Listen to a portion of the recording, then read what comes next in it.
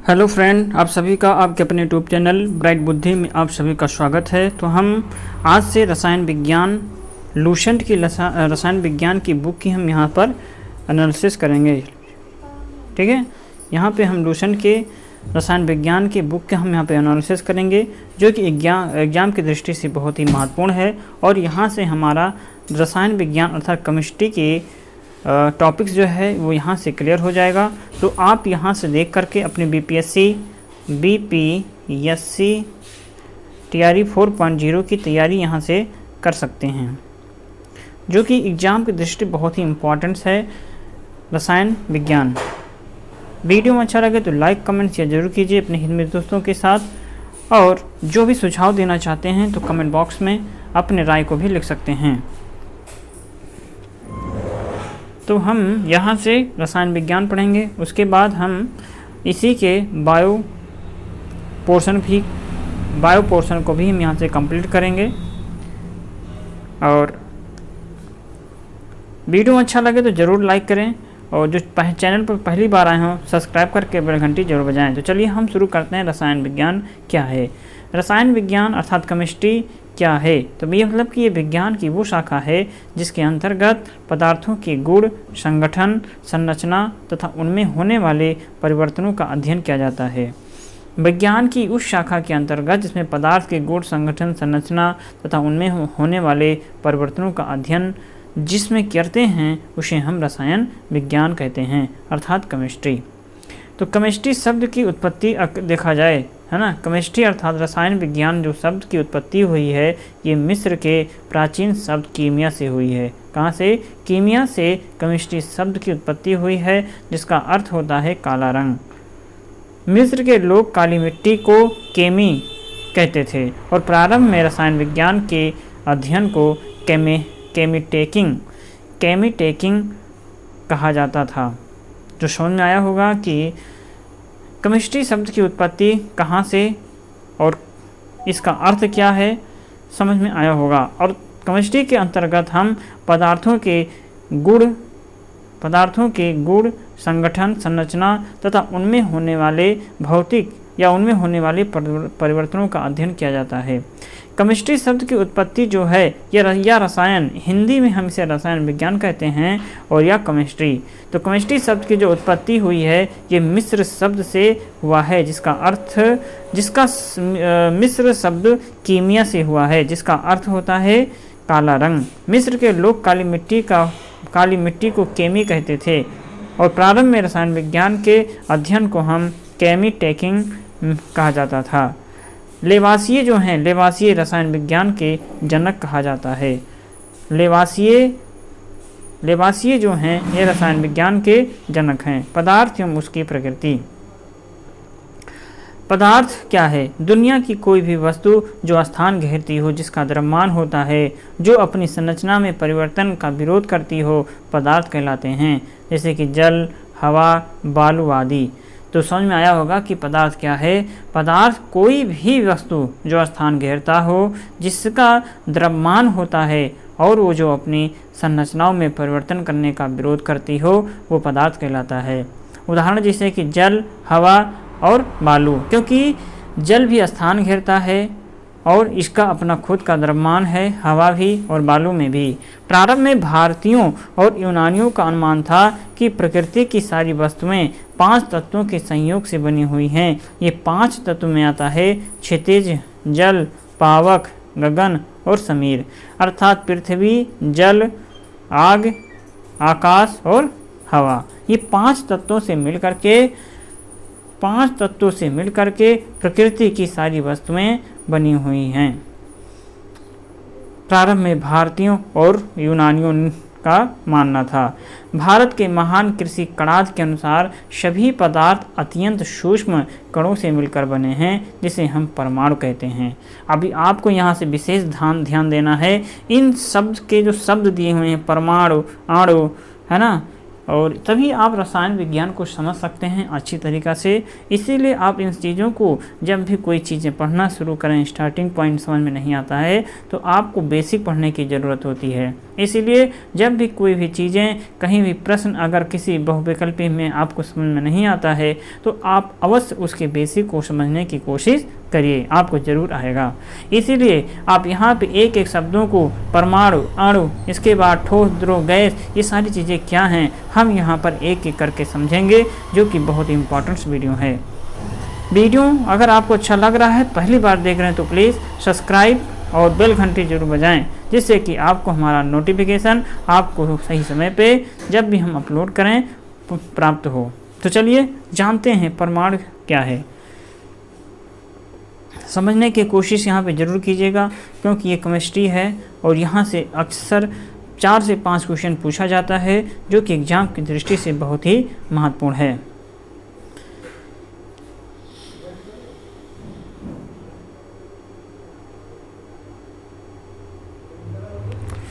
तो भारत के जो महान ऋषि थे कणाद के अनुसार सभी जो पदार्थ होते हैं अत्यंत सूक्ष्म कणों से मिलकर के बना होता है, वही परमाणु कहलाता है। मतलब पदार्थ जो होते हैं छोटे छोटे कणों से, एकदम अत्यंत सूक्ष्म कणों से मिलकर बना होता है, उसे हम परमाणु कहते हैं। पदार्थों के वर्गीकरण की बात किया जाए तो पदार्थ 2 प्रकार का है। पदार्थ के वर्गीकरण में 2 प्रकार से बांटा गया, एक है भौतिक पदार्थ, दूसरा है रासायनिक वर्गीकरण। अर्थात एक भौतिक वर्गीकरण, पदार्थों को 2 वर्गीकरण में विभाजित किया गया, एक भौतिक और दूसरा है रासायनिक वर्गीकरण। भौतिक वर्गीकरण के अंतर्गत पदार्थ को 3 अवस्थाओं में बांटा गया, ठोस, द्रव और गैस अवस्था में। वही अगर रासायनिक वर्गीकरण में पदार्थ को 2 भागों में बांटा गया, शुद्ध पदार्थ और मिश्रण पदार्थ। अब शुद्ध को यहाँ पर 2 भाग में बांट दिया गया, तत्व और यौगिक, और मिश्रण को 2 भागों में बांट दिया गया, सामांग मिश्रण, विषमांग मिश्रण। फिर तत्व यहाँ पर 2 प्रकार के होते हैं, एक धात्विक और अधात्विक तत्व है। वही यौगिक को यहाँ पर 2 भाग में बांट दिया गया, कार्बनिक यौगिक और अकार्बनिक यौगिक। तो आप यहाँ पे समझना है कि यहाँ पे जो प्रकार को डिवाइड किया गया है, क्लासिफिकेशन किया गया है, कौन कितने क्या प्रकार का है, इसने समझने की ज़्यादा ज़रूरत है। तभी आप एक एक चीज़ों को यहाँ से समझ सकते हैं। जैसे कि भौतिक वर्गीकरण की बात करें तो यहाँ पे भौतिक वर्गीकरण के अंतर्गत 3 चीज़ें आती हैं, ठोस, द्रव और गैस। वही जब रासायनिक वर्गीकरण में आएंगे तो ये 2 प्रकार का, एक शुद्ध पदार्थ, दूसरा होता है मिश्रण पदार्थ। तो मिश्रण के अंतर्गत 2 ही होता है, सामांग मिश्रण और विषमांग मिश्रण। और फिर शुद्ध पदार्थ जो हैं ये 2 प्रकार का, तत्व और यौगिक। यौगिक के फिर 2 भाग और तत्व के भी 2 भाग हैं।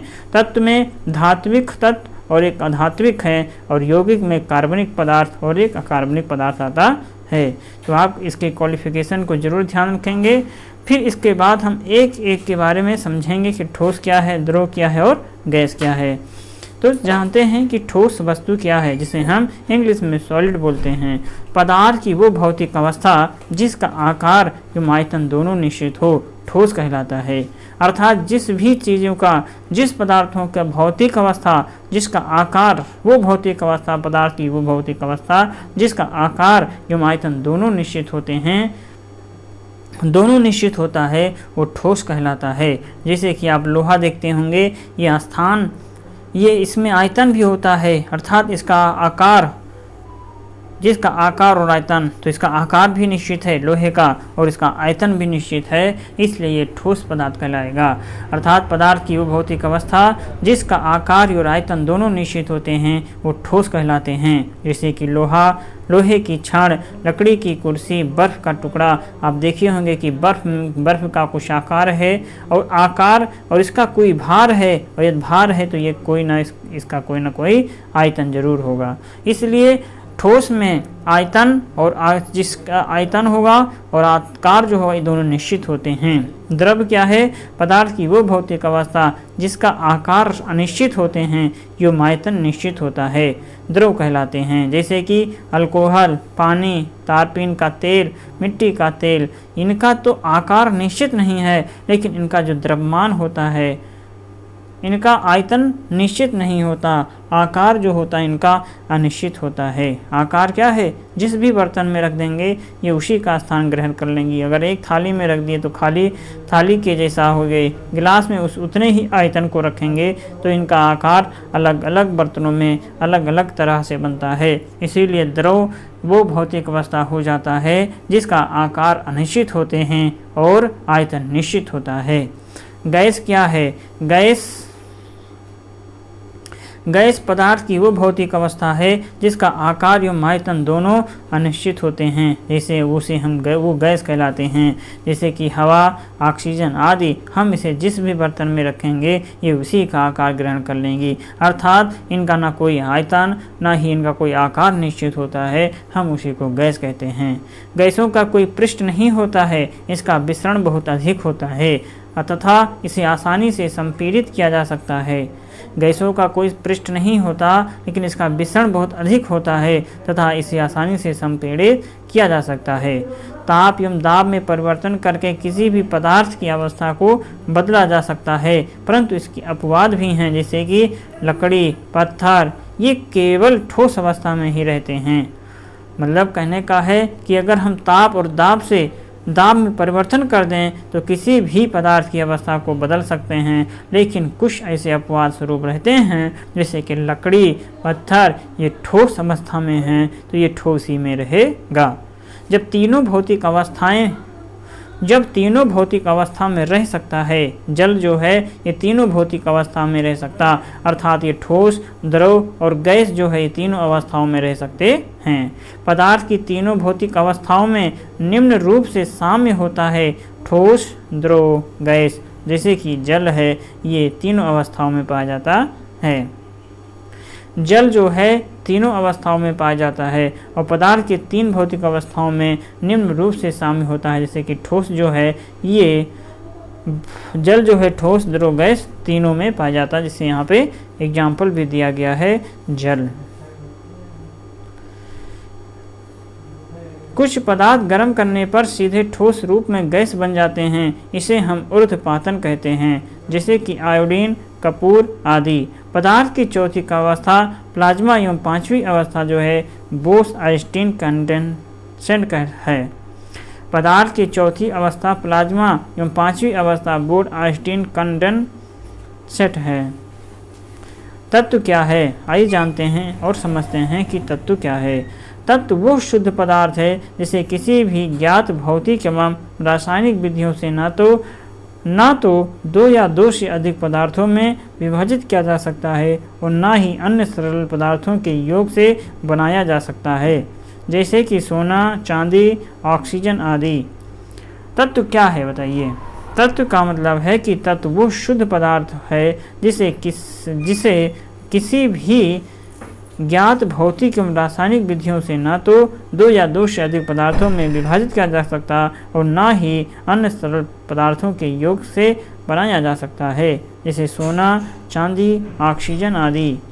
यौगिक क्या हैं, वो शुद्ध पदार्थ जो रासायनिक रूप से दो या दो से अधिक तत्वों के एक निश्चित अनुपात में रासायनिक संयोग से बने हैं। बहुत शुद्ध पदार्थ जो रासायनिक रूप से दो या दो से अधिक तत्वों के एक निश्चित अनुपात में रासायनिक संयोग से बने हैं, उसे हम यौगिक कहते हैं। यौगिक के गुण उनके अवयवी तत्वों के गुणों से भिन्न होता है, जैसे कि जल ऑक्सीजन एवं हाइड्रोजन से मिल करके बनता है। इसमें ऑक्सीजन जलने में सहायक होता है और हाइड्रोजन खुद जलता है, लेकिन इन दोनों का यौगिक जल आग को बुझाने देता है। मिश्रण क्या है, वो पदार्थ जो दो या दो से अधिक तत्वों या यौगिकों के किसी भी अनुपात में मिलाने से प्राप्त होता है। मतलब मिश्रण क्या है, दो या दो से अधिक तत्वों या यौगिकों के किसी भी अनुपात में मिलने से प्राप्त होता है, मिश्रण कहलाता। इसे सरल यांत्रिक विधि के द्वारा पुनः प्रारंभिक अवयवों में प्राप्त किया जा सकता है, जैसे कि हवा। सामांग मिश्रण क्या है, सामांग मिश्रण निश्चित अनुपात में अवयवों को मिलाने से सामांग मिश्रण का निर्माण होता है। इसके प्रत्येक भाग के गुणधर्म एक समान होते हैं। जैसे कि चीनी या नमक। ये जलीय विलयन, हवा आदि। विषमांग मिश्रण, अनिश्चित अनुपात में अवयवों को मिलाने से विषमांग मिश्रण का निर्माण होता है। इसके प्रत्येक भाग के गुण, उनके संगठक भिन्न भिन्न होते हैं।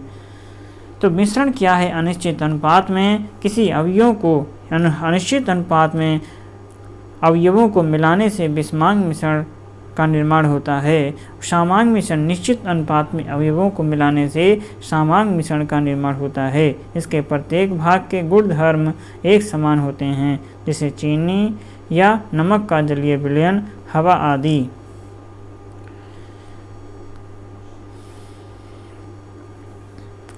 मानव शरीर में तत्वों की औसत मात्रा, तत्व और उनकी प्रतिशत।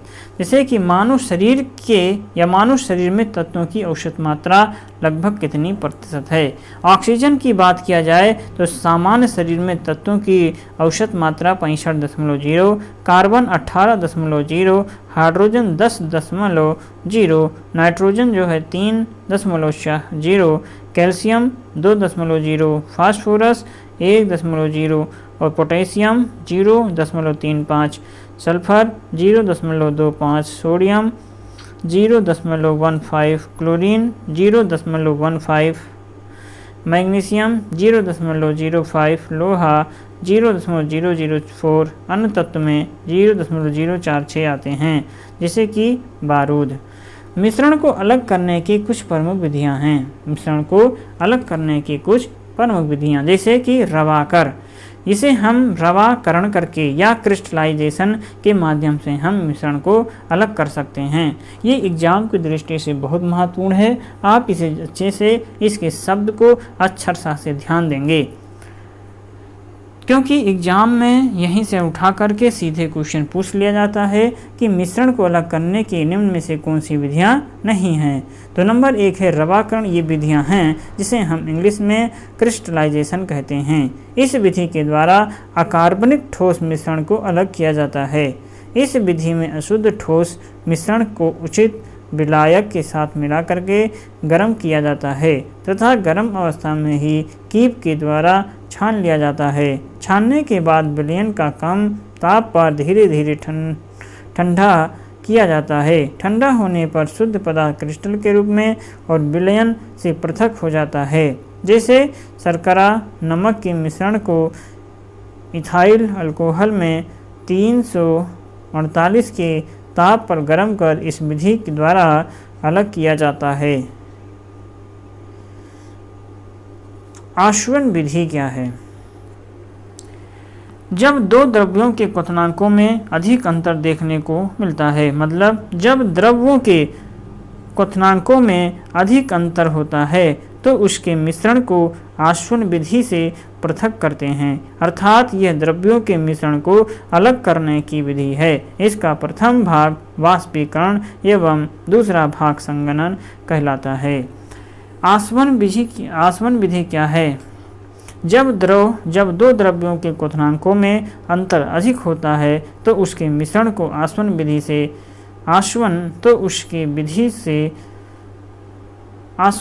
से पृथक करते हैं, अर्थात ये द्रव्यों के मिश्रण को अलग करने की विधि है। इसका प्रथम भाग वाष्पीकरण एवं दूसरा भाग संघनन कहलाता है। ऊर्ध्वपातन क्या है? इस विधि के द्वारा दो से ठोस के मिश्रण को अलग करते हैं, जिसमें एक ठोस ऊर्ध्वपातन है, दूसरा नहीं। इस विधि से कर्पूर, नेप्थलीन, अमोनियम क्लोराइड और एंथ्रासीन आदि को अलग कर देते हैं। आंशिक आशवन क्या है? इस विधि में वैसे मिश्रित हवा को अलग करते हैं जिनके क्वथनांकों में अंतर बहुत कम होता है। खनिज तेल या कच्चे तेल में से शुद्ध डीजल, पेट्रोल, मिट्टी तेल, कोल तार आदि इस विधि के द्वारा अलग किया जाता है। वर्ण लेखन। यह विधि इस तथ्य पर आधारित है कि किसी मिश्रण के विभिन्न घटकों की अवशोषण क्षमता भिन्न भिन्न होती है तथा वे किसी अधिशोषक पदार्थ में विभिन्न दूरियों पर अवशोषित होते हैं। इस प्रकार वे पृथक कर लिए जाते हैं। भाप आशवन। इस विधि से कार्बनिक मिश्रण का शुद्ध किया जाता है, जो जल में घुलनशील अघुलनशील होता है, परंतु भाप के साथ वाष्पशील होता है। इस विधि के द्वारा विशेष रूप से उन पदार्थों को शुद्धिकरण किया जाता है जो अपने क्वथनांक पर अपघटित हो जाते हैं, जैसे एसीटोन, मेथिल अल्कोहल आदि। पदार्थ की अवस्था परिवर्तन। पदार्थ की अवस्था परिवर्तन जो ये द्वणांक है, ये गर्म करने पर जब ठोस पदार्थ, तो पदार्थ की अवस्था परिवर्तन के विषय में हम अगली क्लास में पढ़ते हैं। आज के लिए बस इतना ही। वीडियो में अच्छा लगे तो लाइक कमेंट शेयर जरूर कीजिए। अपने हित में दोस्तों के साथ जो पहली बार देख रहे हो जरूर चैनल को सब्सक्राइब करके बेल घंटी दबाएं। तो चलिए मिलेंगे नए क्लास में, तब तक आप पढ़ते रहें, रिवीजन करते रहें, मस्त रहें। नमस्कार।